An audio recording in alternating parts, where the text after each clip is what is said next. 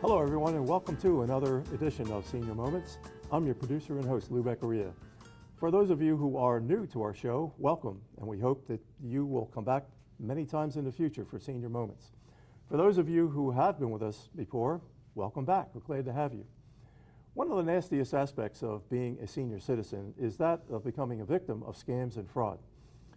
For some reason, this criminal activity by lowlifes in our society seems to feast on older people in their 60s, 70s, and 80s, and people even older in their 90s. We thought it would be important to address this important topic for you, so we've invited an expert in this area, banker Chuck Benz, who is the Senior Vice President at Phoenixville Federal Bank and Trust in Chester County, Pennsylvania. Chuck has had a lot of experience with the victims of scams and frauds and has conducted numerous trainings on identifying scams and frauds among senior citizens. So Chuck, welcome to the show. Thanks for giving us your time and expertise here. Thanks, Lou. Thanks for having me tonight. It's a very important topic. So it seems like every time the telephone rings almost that there is some kind of a scam that's going on, a salesperson offering something that's kind of sounds like too good to be true. So is that a scam all the time? Well, it feels like it, right? Every time the home phone rings, it's either a high-pressure sale or a scam. Many of us have discontinued our home phones, and now they have found our cell phones. So, and the do not call list that they came out like 20 years ago doesn't really shield you from scammers because, you know, they're frauds. So they're not going to follow the rules, the do not call list. Well, yeah. You know, why would they follow that rule? Really, it's just a matter of applying some common sense and, you know, going back to the old saying, if something sounds too good to be true, it likely is. And the other thing is a deal that's today should be a deal that's good tomorrow. These people pressure you into buying a product or making a financial decision, or worse, giving out personal information that almost always is going to backfire on you. Even if it's something you think could be legit and could be, you know, a real thing, make sure you slow the caller down, make them repeat so that you're very clear on what they're trying to say. But most importantly, just give yourself time to think. Mm-hmm. Just think. Are there any probing questions that you could ask if you are on the receiving end of one of these phone calls, you know, to kind of flush them out a little bit? Well, most scammers are light on details. So if you really, you know, want to, you know, you can dig and ask more detailed questions about whatever it is they're trying to sell you. Or most of the calls really are from people that are trying to trick you and to just give out your information. Your credit card's been compromised, your bank account's been compromised. You know, the old-fashioned way of just trying to sell somebody something, you know, a lemon is almost, it's old-fashioned now. You'd be lucky if you bought a lemon compared to what they're trying to get from you. Yeah. So there's something called a grandparent scam? Yeah, so these are pretty prevalent now, and in the world of social media. So Lou, I could, and I don't know for sure, but I could probably go on a particular person's Facebook page, kind of get an idea what their family looks like, that they have kids, that they have grandkids, and these people actually use this information, the social media, to try to get. I mean, it doesn't take much to find out that maybe you have a granddaughter named Lilia. And, you know, just go on Facebook, Lilia was just in kindergarten, or Lilia just graduated high school.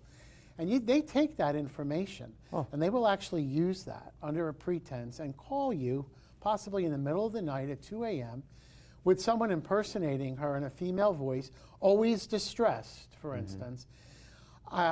Grandma, I just had a car accident. Grandma, I'm in the hospital. I've even heard grandma being held hostage. Wow. And they compel the grandparent, again, remember, give yourself time to think, compel the grandparent to take an action to send money somewhere to someone to get them out of this situation.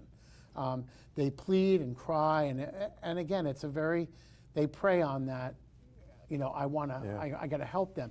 And almost every time it's always mentioned, don't tell my mom. Don't call mom. And that's where they get people. And again, grandparents don't think. They want to just spring in action and help. Yeah. And they prey on that. From what you're saying, Chuck, it seems like there's an awful lot of research that goes on by the scammers themselves, and not just picking up the phone and calling somebody. No, many of the scammers, they do their homework. Yeah. There's other scams that don't really fall under grandparent, but you know, other scams like a foreign boyfriend or foreign girlfriend and things like that, where they actually work the person for a long time about, you know, I'm in the service, I'm in Afghanistan, I'm trying to get home, or, you know, and they work that angle a long time and get the person's trust. Yeah. And it could be a year, and then they make an ask. It's like, they call it a sweetheart scam. Wow. And yeah, it can get ugly, and people fall for it all the time. So how about the IRS? Most people are actually afraid of the IRS. Yes, and you should be. So when they call, I guess people can break out in a cold sweat here. So here's the thing with the IRS. It's most important. I want everybody to know. The IRS will never, never, never call you on the phone unless you actually have a proactive phone appointment with them. And that is even a throwback to COVID. So I think even now everything's in person. There are no there are definitely no unsolicited phone calls by the IRS. Mm-hmm. You know, for better or for worse, they do everything by snail mail. Everything is by mail. There are no phone calls. Not even computer, like to give you like an email. No. Everything is by mail. They do everything by mail. Very old-fashioned. You will find that they'll get scammers that will call and tell you that you have taxes owed, and you have to pay them right away, or you could be jailed. We have had this actually. I have had this happen in front of me, where they will actually keep the person on the phone and quote unquote follow them into the bank. Wow. Oh yeah, they're on the phone, and they follow you into the bank, and they tell the person they have to come out and take $10,000 out of cash, and not to tell the bank staff what it's for, because, you know, also I'm going to just throw this in there. Bank staff, especially where I am, our folks are trained to ask questions, and not personal probing in that way. But, you know, questions that we want to try to, you know, vet out and make sure people aren't being taken advantage of. And in a community bank like ours, we know our customers. So, you know, if Mabel Smith comes in and, you know, she always comes in for $20 or something, or a money order for her rent once a month, and all of a sudden she wants to take out 10 grand, yeah, we're asking questions.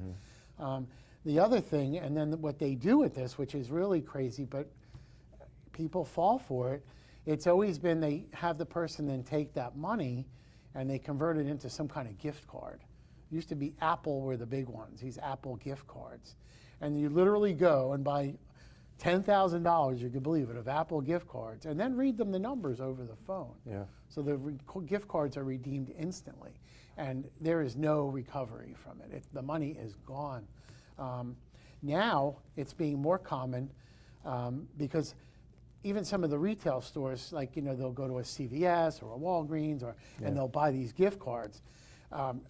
The merchants have felt a lot of pressure to ask questions now too, because they know that people are getting scammed. Yeah. Whereas previously they were making a sale. They didn't ask a lot of questions. Now even they ask questions, which is good, thank goodness. So now a lot of these people are being directed to these Bitcoin machines in like, you know, in like these, you know, they're not Wawas, they're other types of gas stations. You'll see they have signs out, you know, we have a Bitcoin machine. Yeah. And they'll literally have the person feed in $10,000 worth in cash. And I can tell you, once it goes in that machine, it's gone. Wow. Especially the nature of all that, which I don't understand enough of it. I probably should understand more of it. But I can tell you, once that money is put in there, it's gone. There's no way of getting it back. It's gone. I mean, there's no regulatory or anything on that right now. So that money's gone, and the genius of it is for the scammer is there's no resistance. I mean, you can walk into a gas station, they have a Bitcoin machine in the back. Who's going to ask them any questions? The person just goes in there and just shoves the money in there. Wow. That's the new way to get the money out. I mean, it's very rare that these people, that you actually meet them in person. It's very rare. Most of this activity comes from overseas, and there's never really a person that's present. Yeah. You know. I want to ask you a question about dementia. Now, given the fact that we just mentioned the fact that these scammers do a lot of research in the background through the social media and whatever, and do they sometimes prey on people with dementia, like older people with dementia? who might fall for something like take the $10,000 out of your account and give it to me? I can't say for sure that they know someone has dementia, but I will tell you that in my experience with dealing with people, when we know, we have the sixth sense that we know at the bank that somebody's getting scammed. I don't know if it's just dementia or the scammer just did a really good job. Sometimes there's no talking these people out of it. They are absolutely convinced that their granddaughter is held hostage in a Mexican jail. They are totally convinced that someone is in a hospital and had a really bad accident. They're convinced that their lover that they've never met, their life is in jeopardy right now, in Indonesia, and they've got to get here. Yeah. So they have done such a great job social engineering these people that even people that are of sound mind, I mean, they're all in on it. I had one that, I don't know, maybe it was a couple of years ago now, that they were absolutely convinced that their granddaughter was in a prison in Mexico. This is really true. That's why I came up with the example. And and it was the story. Well, they're not supposed to tell the mother or anything because they don't want her to get in trouble. I said to the lady who was in my office, I said, "Did you call your granddaughter?" And she's like, "No." I said, "How about we just call her from my phone and just see?" Can I tell you, we called her from my desk phone and she answered the phone. She wasn't in prison. She was home. Yeah. And that's how easy it can be debunked. But it shows you how great of a job these people do, and I mean great in a hellish way, that they convince these people that this is a real thing and they've got to act. Well, it must give you a lot of satisfaction in a case like that where you saved that lady a significant amount of money. That makes my job worth doing, honestly, things like that. It really makes me feel good, and yes, I do tell at the dinner table when I get home, "Hey, guess what I did today?" Well, you have a right to do that. What about lottery scams? Oh, and here's another sweepstakes? one, I right? understand that happens. So here's the other thing. So here's two things I'll say about it. I'm not going to go crazy with it. First of all, to win a lottery, right, you should never have to pay a fee to get your prize, okay? Mm-hmm. You should never have to pay the taxes up front if you really want a prize, okay? Believe me, the IRS will find you, and if you really won, Publishers Clearinghouse, is that still around? I don't even know. The IRS will catch up with you. They're going to get the notice, and you're going to pay. Yeah. There's never a fee to release it up front. It's very unusual that you won a sweepstakes, the Irish sweepstakes, they used to call it, because Lou, did you enter the Irish sweepstakes? That's usually the first question we ask people. Did you enter that lottery? Well, no. I think the question answers itself. But again, common sense. Social media, these people are so good and convince them that they've won or done something, that they convince them to take the action. But again, I'm going to go back to question one. You got to just slow down and think about it. Yeah. Now, the examples that you've given so far are very, very good ones. But the next one is about computer scams. And there's nobody talking to you. And I can tell you, within the last 2 weeks, I've gotten at least 3 of those. And they really seemed very real. One of them, I actually called my computer guy to ask his advice on this and whether it was, it was real, and it was not, it was fake. So that they would seem, my point of this is that it seems like computer-based scams are even more difficult. Some of the worst, some of the worst. And the reason that is, so let me just say, you get an email. You can get an email from someone you have no idea who it is. It could be someone a company you generally think you do business with, but there's a link in there, and they do a lot of things to try to compel you to click the link. Yeah. The link is where it all goes wrong. The link is where it gets in your computer. I'm not a computer guy, I'm not an IT guy, so I'm going to say in simple terms. Somehow they get in your computer. Yeah. And if you have stored passwords, they have them. They can also go in there and just monitor your computer, so they can monitor keystrokes, and they can get your information that way if they're more patient. So what happens is They can get your online banking information. If you have a Vanguard account, something like a retirement account that you regularly log in and look at, they can go in there. They can drain money out that way with an ACH. They can see what you have. It's really bad. So you should never obviously click any link you're not 100% sure of. Yeah. The other thing is you can also get, and I'm going to mention the company's name, not to disparage them in any way, because actually they acknowledge it right on their website. So Norton Antivirus is a very common product that probably 70% of consumers have on their desktop computers or laptops. So there's been, and it's been going on for years, there's the Norton Antivirus scam where you get an email from Norton Antivirus. It says your antivirus is expiring. You need to click here to renew it. Okay, that's reasonable. I want to renew it. I don't want to get a virus, right? Yeah. Except it's not Norton Antivirus. And in fact, it's worse, because that link usually results in either them getting in your computer or locking your computer, and then you have to pay to get it unlocked. It's ugly. Yeah. One of the things my IT people taught me is to actually take your mouse and hover over where it's from.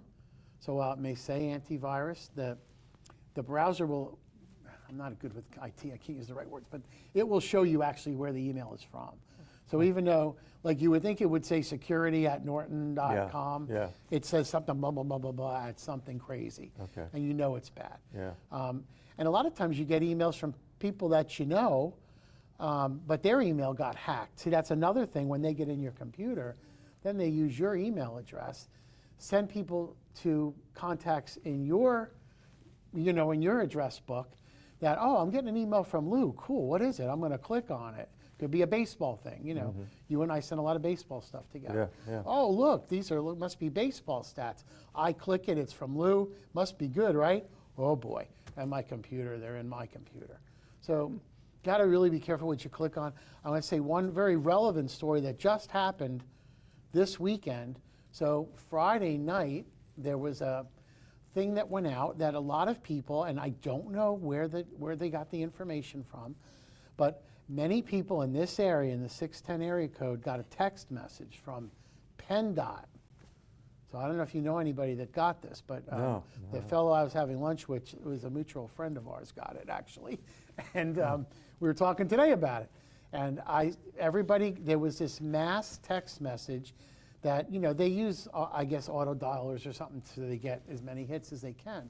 So a mass text message went out to 610 people and about PennDOT, and that your registration is going to be suspended because you haven't paid a fine. And they want you to click on this to pay the fine. Now again, a smartphone is just like a mini computer. You don't want them to get into your smartphone. They do just as much damage as a computer. Yeah. And apparently a lot of people fell for this, so much so that a lot of local police departments put it out on Facebook, I saw, because I monitor that. And actually, my bank actually, we reposted the East Pikeland Police message that they put out because it was very concise and actually showed a sample of the text message. So Friday night, I'm sitting on my deck relaxing, and I saw this thing. I'm scrolling on Facebook. I'm like, oh no, this is right in our area. So I texted my marketing guy. I'm like, can you get this on our Facebook page now? And he did. Literally at 8 at night, we sent that out because we want to try to get that out because that was happening now. And apparently it was on the local news, the Philadelphia local news over the weekend about this scam. But yeah, again, they try to compel you to take action and like, whoa, I don't want to get my registration's going to be suspended if I don't pay this ticket that I didn't know I got. But this is what they do. Home improvement and contractors, they're pretty vile as well. You can lose a lot of money with these people. You got to be really careful when you hire people, obviously, in your house, especially when you work in and around your home. Whenever possible, and I don't mean just contractors, although that seems to be the one that's more, you really have to worry because they can really take you to the cleaners. But even, you're hiring cleaners or exterminators or whoever you're going to let in your house, whenever possible, try to get a reference. Yeah. If you know a friend that has someone who cleans their home, use that person first. Yeah. stay away from the door-to-door people that come around I mean, I'm not saying they're all not bad. They're not all bad, obviously. Most but, contractors, though, don't go door to door. Well, they don't. And, cleaning people, again, are big. And, a lot of these people are fine, but they also case your house. So this is why you want to use someone who who's, somebody I know has been cleaning their house for years, and now I need a cleaner. Yeah. There's a really good, reputable exterminator that my neighbor uses, or we see them all the time. They're local. That's the kind of thing you want to use. The contractor stuff is also, you got to be very careful. I'm going to say the same thing. If Acme Contracting did a great job at the Smith's house refinishing their basement, I would call them first. Mm-hmm. You've got to be really careful when you hire people. They come around, the big thing is tarring your driveway, Yeah, yeah. And I will tell you, this is another where so many times they prey on widows who they assume in that generation don't know any better. And, they don't know that, tarring your driveway, you can go to Home Depot and get a couple things of tar for like $200 and put it on with a broom, right? And they'll come in and they'll tell a person, oh, it's $10,000 we're going to retar your driveway. Okay, that sounds right. I mean, it's big, Yeah. looks like a big job, right? I guess a common sense thing to do in this regard, it would seem, would be to ask for the contractor's license, any certifications they might have, because contractors do have to be licensed. And I guess if they could provide it to Absolutely. you, then it's okay. There's no reason, you should always ask. So what I'm going to say this, the first thing you got to look at, the red flag, is they come to your door and say, we're working in the neighborhood and we have extra tar, extra whatever, we're working on people's lawns. That's no good. That's out. The other thing is you got to be careful, even if you hire somebody, cash payments up front to buy supplies without a contract. I mean, it's not unreasonable to give a contractor half up front, but paying in cash can be a red flag. Yeah. I mean, nowadays people like to get paid in cash, I understand, but if you don't have a solid contract, if you're just doing it on a verbal, that's a very, very, very big red flag. So always make sure you get a contract, an estimate, and yes, as well as a business license. Right. And also make sure they're bonded. In other words, that they have proper insurance. Chuck, why does it seem like most of these kinds of scams happen against older people? Or maybe in your experience, it's not just older people, but primarily, but is it primarily older people that are the victims of these scams? It is, and I think that maybe they think they're not tech savvy, and many of them aren't. Mm-hmm. Yeah. They're getting better. Our older people are obviously they're shifting. So, as the 50-somethings go into the next phase, they're a little more savvy. But the people that are out there that are in their 80s, they're just not savvy with this stuff. Yeah, not sophisticated enough. I want to give one. I guess I'll give one plug here too. That for years I was the president of our local AARP chapter. Mm-hmm. And they have wonderful resources on their website about not getting scammed. Oh, that's good advice. I've actually used some of their materials to use them to teach groups and present. Mm-hmm. So if you're, and I'm not telling you to be a member of AARP, that's totally up to you. I'm not there for that. But I know whether you're a member or not, they have wonderful resources on their website that can really help people and speak to people of the demographic, the age that you're trying to reach as well. Now, do seniors have any kind of recourse at all, legal recourse, when this kind of thing happens? So the state has a website that you can go on there and you can report fraud and when you've been defrauded. But they're really just looking to gather data. The sad part of it is that a lot of this stuff is not, like when I just told you about the PennDOT scam, mm-hmm. I didn't mention it, that the link actually was traced to Indonesia. Really? That's where it was going. So, the sad part of it is, and it's not, I mean, our law enforcement, especially here in town, is great, and the county. But the fact is, most of this stuff comes from overseas. And it just doesn't meet any threshold Yeah. to really, who's going to do it? Is the FBI going to do it? Does the CIA do it? Certainly, our local PD can't do it. They can't go to Indonesia, and even the county doesn't have an appetite for it. Right. So this is where it's difficult because it's really hard. Again, go back to throwing money in a Bitcoin machine, or once that money leaves your hands, it's gone. Yeah. It just is. Yeah. It's So I guess, we kind of have to wrap up now, but the two bywords maybe is to ask questions and to use slow common down sense. and think. Slow down and think about it. Think about what you're being told. Think about the sales offer you're being presented. Think about the situation that's being put in front of you. Why would my granddaughter be in Mexico to begin with, much less in jail? Think about, that I want to get my driveway finished. Maybe I don't need my driveway finished. Who cares if my driveway? Oh, you don't have a isn't- driveway. Right, I don't have a driveway. So yeah, I really think slow down and think, in all of these instances. And that's what they bank on, that you really don't think about it, and you just do it. Okay. Well, we're kind of out of time, but thanks very much, Chuck. Lou, thank really you. Appreciate My it. pleasure, anytime. It's really great advice. Well, that's Senior Moments for today, folks. We hope that you've enjoyed the show as much as we've enjoyed bringing it to you.